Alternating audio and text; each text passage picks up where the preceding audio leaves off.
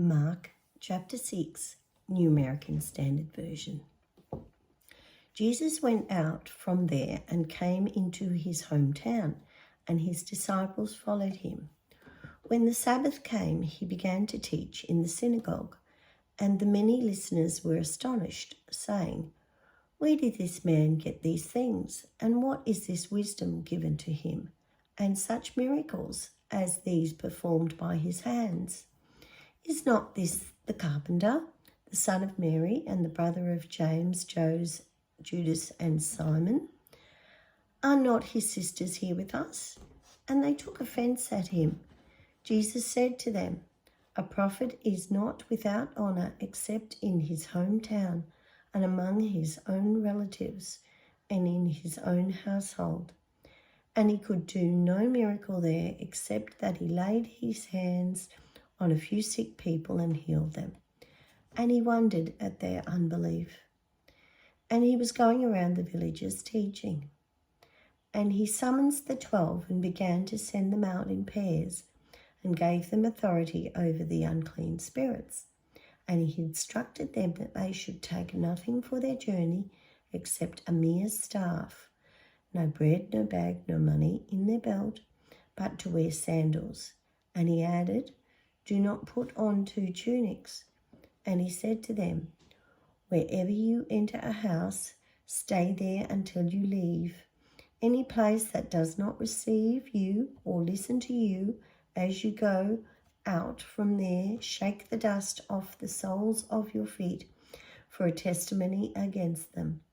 They went out and preached that men should repent, and they were casting out many demons and were anointing with oil many sick people and healing them.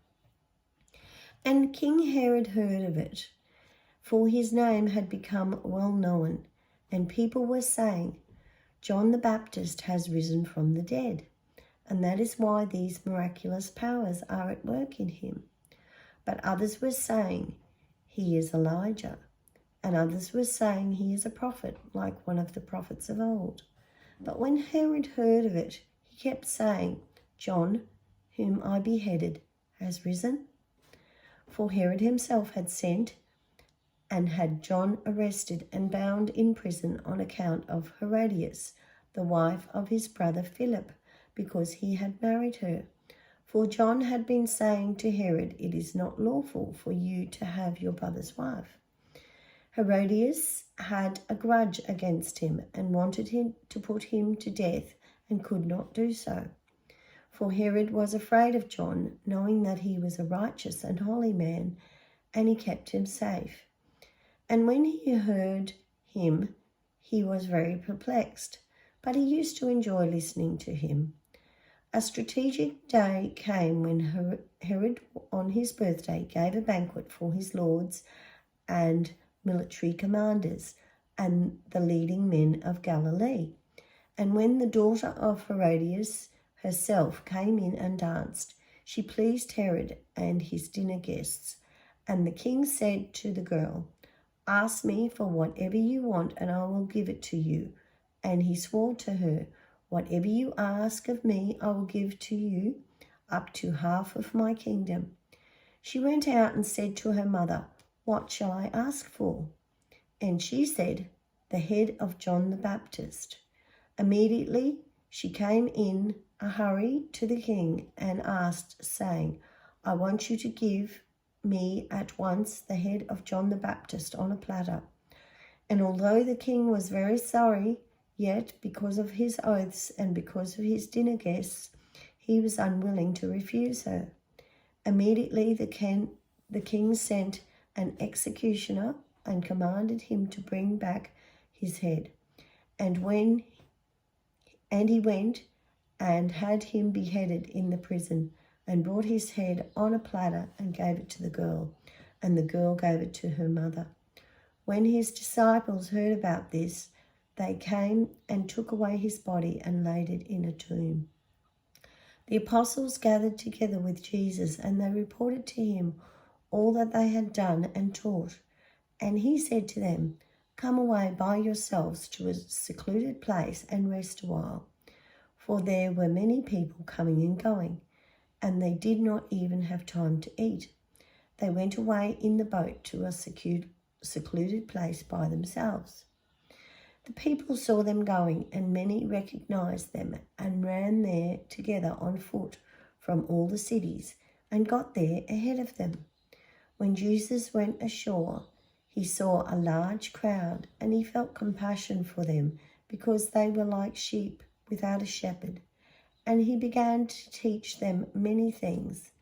When it was already quite late, his disciples came to him and said, "This place is desolate, and it is already quite late. Send them away so that they may go into the surrounding countryside and villages and buy themselves something to eat." But he answered them, "You give them something to eat." And they said to him, "We shall go and spend 200 denarii on bread and give them something to eat." And he said to them, "How many loaves do you have?" "Go look." And when they found out, they said, 5 loaves and 2 fish. And he commanded them all to sit down by groups on the green grass. They sat down in groups in hundreds and of 50s, and he took the 5 loaves and the 2 fish and looked up towards heaven. He blessed the food and broke it, and then he kept giving them to the disciples. He set them before them, and he divided up the 2 fish among them all. They all ate and were satisfied, and they picked up 12 full baskets of the broken pieces and also of the fish.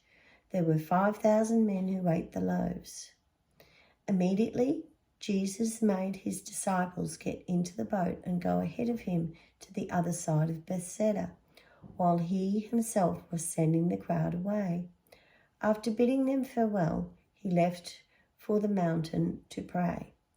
When it was evening, the boat was in the middle of the sea, and he was alone on the land.